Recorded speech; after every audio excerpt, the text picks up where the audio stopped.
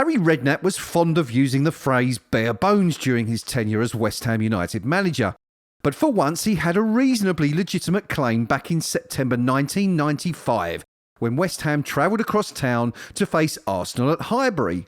Having had Julian Dick sent off for a second bookable offence 10 minutes into the second half, and having seen the Irons fall behind to a 75th minute Ian Wright penalty, his second of the game, Redknapp turned to his bench and saw only goalkeeper Les Sealey grinning back at him, having already used 2 of his 3 available substitutes. While the late Sealey's uncle Alan may have scored the goals that landed West Ham the Cup Winners' Cup in 1965, Les's own experience of playing up front was, well, nil.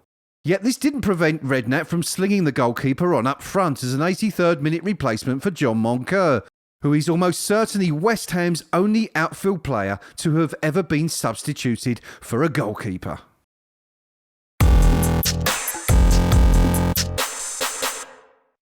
It can never be said that Jonathan Spector had an easy time of it at West Ham, constantly overlooked by a succession of managers, and to his considerable credit, the American international never complained, well, publicly at least, choosing instead to just get on with his job. Yet it is said that every dog has his day, and Spector was finally rewarded for his patience in November 2010 when, due to a number of injuries, he was selected to start against eventual league champions Manchester United in a Carling Cup quarter-final tie. With the Irons having been granted home advantage and snow swirling around the ground on a bitterly cold, wintry night, Spector took to his former club like a man possessed. 15 minutes in, and a first effort was ruled out for offside.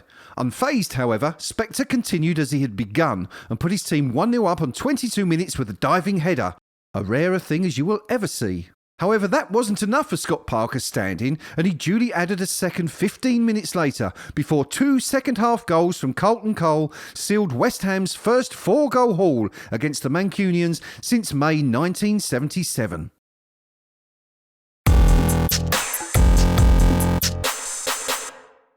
It's quite possible that West Ham's North London rivals Arsenal crop up on this list more than any other club. Billy Bond's West Ham travelled to Highbury as massive underdogs on the 2nd of November 1991. No surprise, as the Gunners were reigning league champions, whereas United were in their first season back in the top flight, having been promoted from the old Division 2.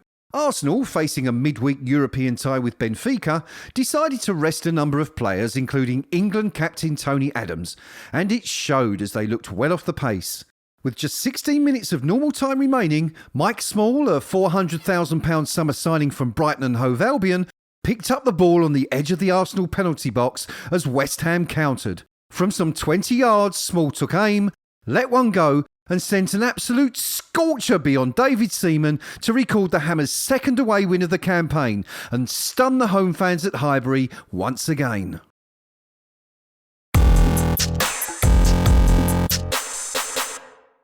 Billy Bonds hadn't enjoyed the best of starts to his managerial reign, although his team still went into this game 8th in Division 2, despite having lost 2 of their previous 3 games. However, it was to be a night of joy for the sparse 21,000 crowd, who also got to see West Ham score a quite wonderful and unique goal. With West Ham already 1-0 up, Phil Park's long punt was nodded on to Stuart Slater. The youngster controlled the ball with his chest on the edge of Sunderland's penalty box before firing a fierce volley over the head of a helpless Carter in Sunderland's goal. The fact that it hit the net, not having touched the ground from one end of the field to the other, made it a particularly unique goal.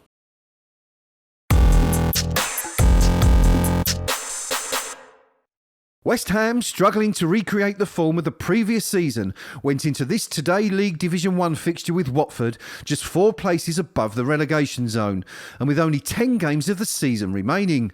With games against Arsenal, Everton and Manchester United to follow, a win was essential in order to give themselves a little breathing space. Yet with the game entering the last minute, and with neither side yet to score, a point for each team appeared to be the most likely outcome. Regular left-back George Parris had been moved into midfield by John Lyall to allow for the debut of Scottish fullback Tommy McQueen.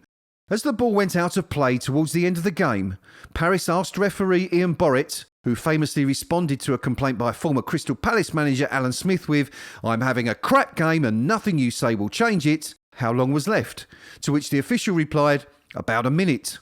Fueled by this freshly acquired knowledge, Paris picked up the ball 30 yards from goal, took aim and pulled the trigger, sending the ball into Tony Coton's top corner to win the game. West Ham's first win since New Year's Day, and one that inspired them to a 3-1 victory over Arsenal just 10 days later.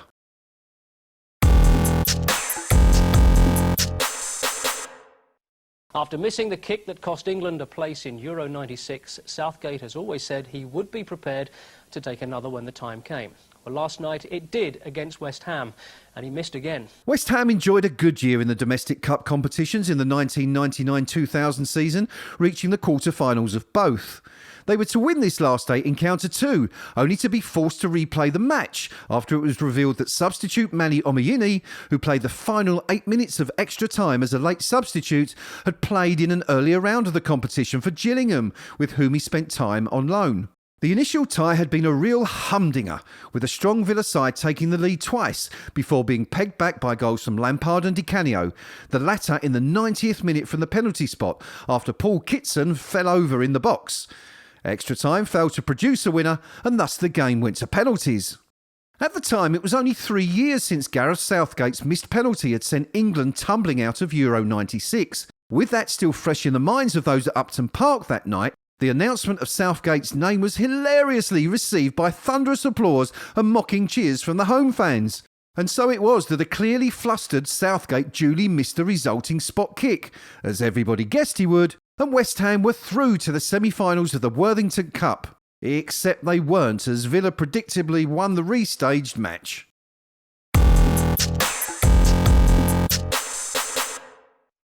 Regarded to be a gentleman on the pitch, Liam Brady's response to this match-winning goal against former employers Arsenal went somewhat against the grain.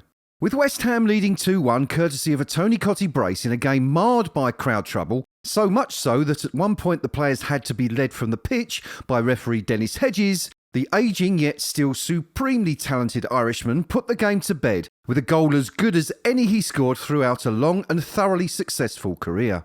Collecting the ball just inside West Ham's half, Brady surged towards the Arsenal goal before curling a wicked effort beyond keeper Reece Wilmot.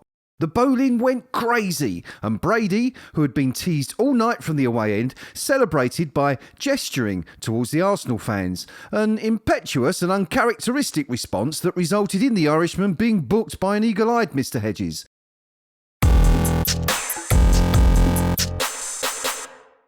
It looked to all intents and purposes like Slaven Bilic's West Ham was slipping to a routine defeat against Tottenham at their temporary Wembley home, when goals from Moussa Sissoko and a deflected effort from Dele Alli put the North London side 2-0 up at half-time in this Carabao Cup tie.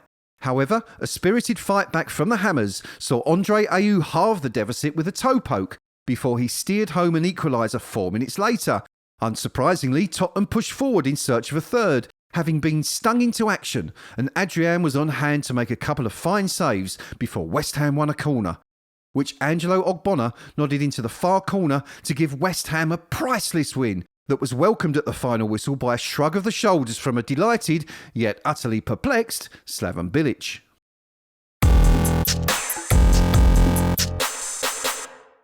It had been more than 12 years since David Cross's virtuoso performance had single-handedly destroyed Spurs at White Hart Lane, and 10 years since the Hammers had won there full stop. Fortunately for Billy Bond's side, Spurs had won just 3 of their previous 18 leading up to this Easter weekend clash, and none since the previous October. West Ham's form, erratic as is often the case, meant that anything could happen. The caravan-dwelling Steve Jones gave the Hammers a 37th minute lead before Trevor Morley made it 2-0 from the penalty spot with an hour played. Teddy Sheringham's 66th minute effort for Spurs lifted the home crowd temporarily before Morley grabbed a second with 72 minutes on the clock.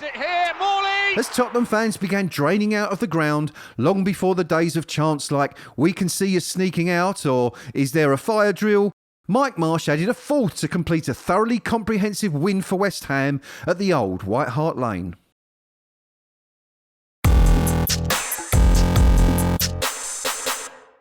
Technically one of the best goals West Ham have ever scored at the highest level, Carlton Cole's tempered strike that secured a 1-0 win at Wigan back in 2009 came as the result of a fluid passing move which began in United's own half.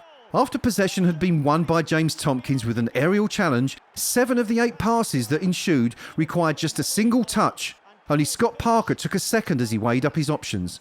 Noble and Dee McKaylee's 1-2 created the necessary space for Cole to uncharacteristically show great aplomb by picking his spots and stroking the ball into the far corner of Chris Kirkland's net.